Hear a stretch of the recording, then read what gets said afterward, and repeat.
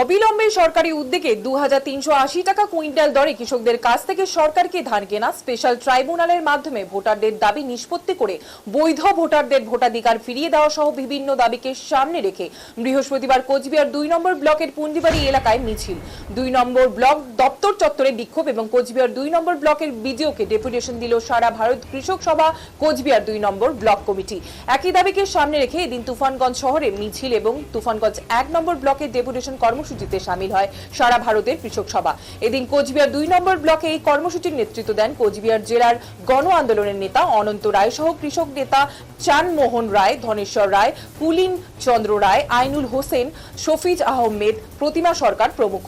এদিন তুফানগঞ্জের এই কর্মসূচির নেতৃত্বে ছিলেন সারা ভারতের কৃষক সভা কোচবিহার জেলার সম্পাদক আকিক হাসান, কৃষক নেতা মোহাম্মদ আলী, পুণ্যেশ্বর অধিকারী প্রমুখ। 1400 টাকা কুইন্টাল ধরে সরকারিভাবে আলু কেনা, সরকার নির্ধারিত মূল্যে কৃষকরা যাতে রাসায়নিক সার, কীটনাশক ও বীজ পায় সেই জন্য সরকারিভাবে যথাযথ পদক্ষেপ গ্রহণ, কৃষক স্বার্থ রক্ষায় কৃষি সমবায় সমিতিগুলোকে পুনরুজ্জীবিত করার দাবিও এদিন উপস্থাপন করা হয় এই ভিডিওর কাছে বলে জানান কৃষক নেতারা।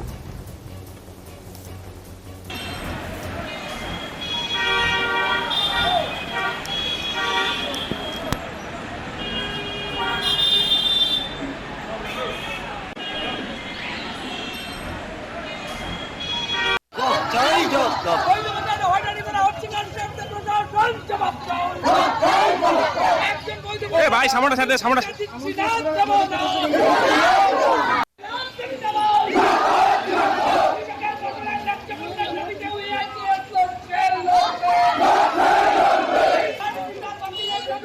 আমরা মূলত আজকে যে কারণে গেছিলাম সেটা হচ্ছে আমাদের জেলায় সাথে তুফানগঞ্জ মহকুমায় বিরাট অংশের মানুষকে ভোটার লিস্ট থেকে বাদ দিয়ে ভোট করানো হয়েছে।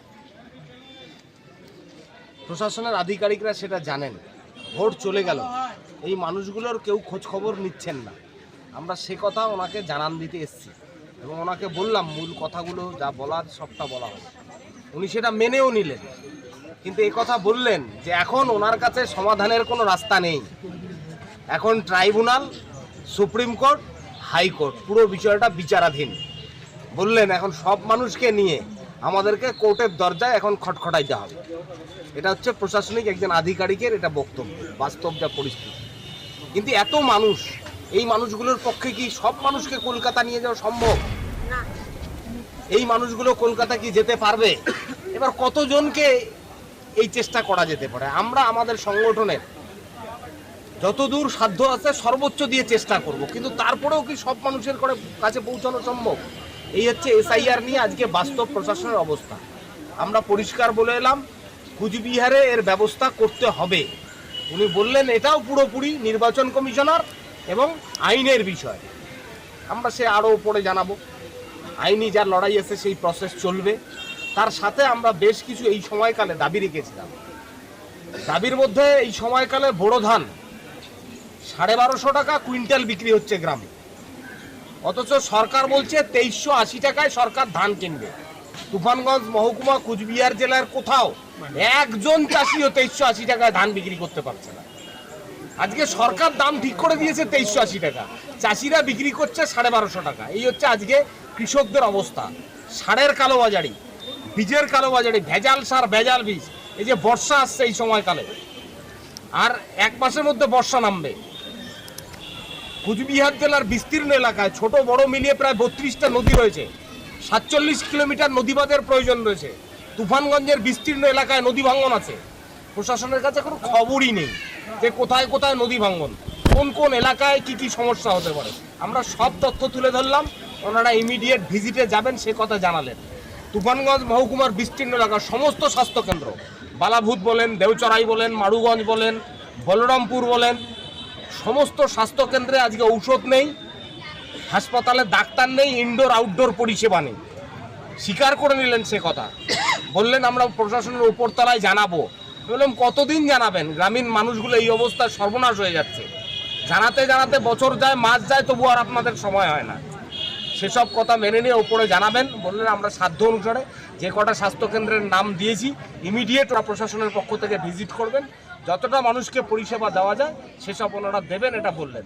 আর এই সময়কালে গরু যারা খাবে না বলে দিয়েছে, যারা খায় তারা খাবে না বলে দিয়েছে, কিন্তু যারা গরু চাষবাস করতেছে সেই গরুগুলো কি হবে, কোথায় যাবে? এবার গাই গরুগুলো না হয় দুধের নেশায় ঘিয়ের নেশায় মানুষ চাষবাস করবে, কিন্তু বলদ গরুগুলো আমরা প্রশাসনকে জানিয়ে দিলাম গরুর হাটগুলো স্বাভাবিক করতে হবে, বেচা কিনা স্বাভাবিক করতে হবে। যদি না করেন আমরা তুফানগঞ্জের সমস্ত যারা গরু চাষি আছে সমস্ত গরুকে নিয়ে আমরা এই তুফানগঞ্জ এসডি অফিসের সামনে আসবো। এর মধ্যে আমরা কথা বলে আসলাম, হয় গরু আপনারা কিনুন আর না হলে বড় ব্যবস্থা করুন, গরুর খাবার দিন। গরু যদি বিক্রি না হয় তাহলে গরুগুলো যাবে কোথায়? গরু তো আর কেউ বীজ দিয়ে মেরে ফেলতে পারবে না। এই হচ্ছে বাস্তব পরিস্থিতি।